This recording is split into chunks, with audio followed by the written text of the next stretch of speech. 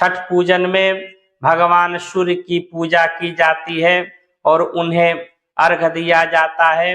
भगवान सूर्य प्रत्यक्ष रूप में दिखाई देने वाले देवता हैं, जो पृथ्वी पर सभी प्राणियों के जीवन का आधार है।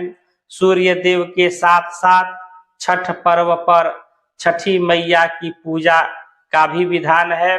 सूर्य और छठी मैया का संबंध भाई और बहन का है। मूल प्रकृति के छठे अंश से प्रकट होने के कारण इनका नाम षष्ठी पड़ा।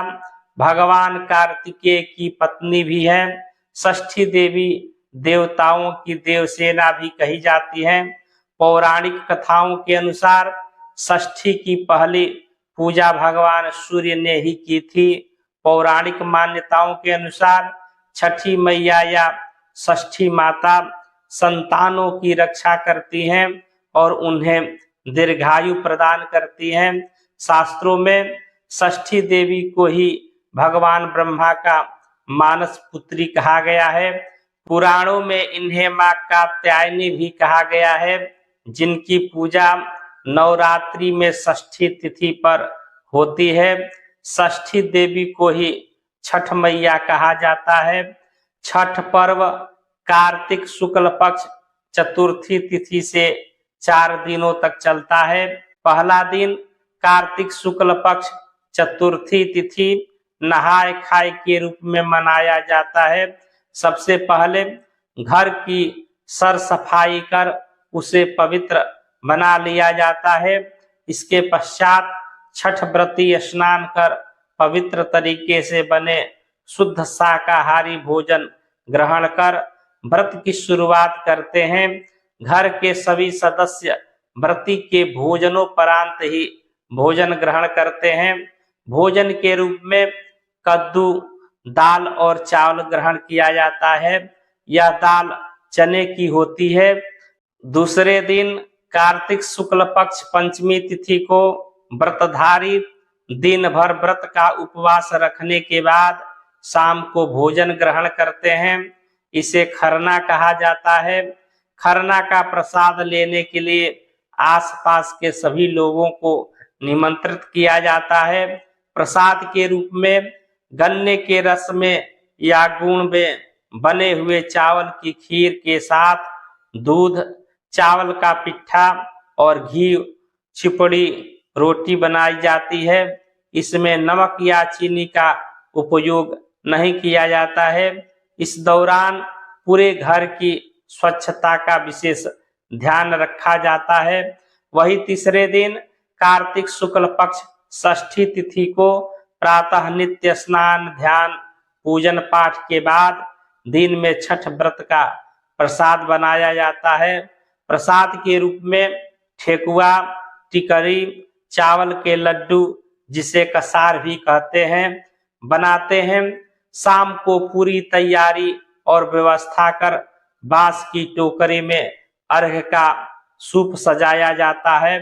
व्रती के साथ परिवार तथा पड़ोस के सारे लोग छठ पूजन एवं अस्ताचलगामी सूर्य को अर्घ देने घाट की ओर चल पड़ते हैं।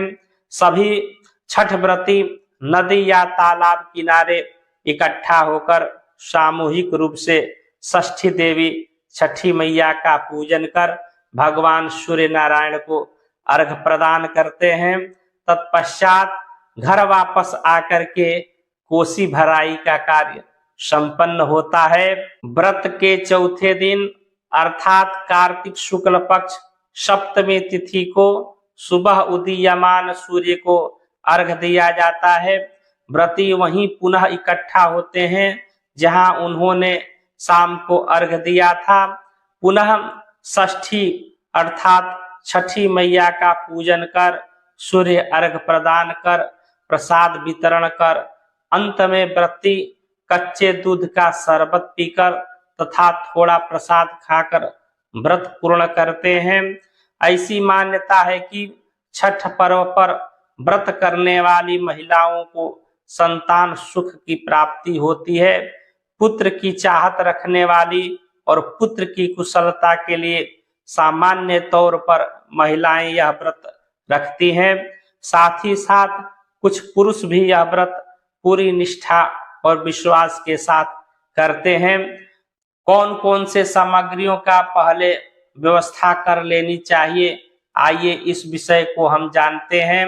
बांस की एक बड़ी टोकरी, बांस या पित्तल के बने एक सूप, थाली, दूध और एक गिलास, लोटा, चावल, लाल सिंदूर, तिल या सरसों का तेल, रुई बत्ती, दीपक, नारियल, कच्चा अदरक, कच्चा हल्दी, गन्ना, सुथनी, शकरकंदी, जलदार नारियल, शरीफा, अनानास, सेब, केला, अनार, बड़ा नींबू, शहद, पान, सुपारी, आलता, कपूर, चंदन और विविध प्रकार के मिष्ठान आदि सामग्री सुव्यवस्थित कर लेनी चाहिए। जय विश्वनाथ, हर हर महादेव, नमस्कार।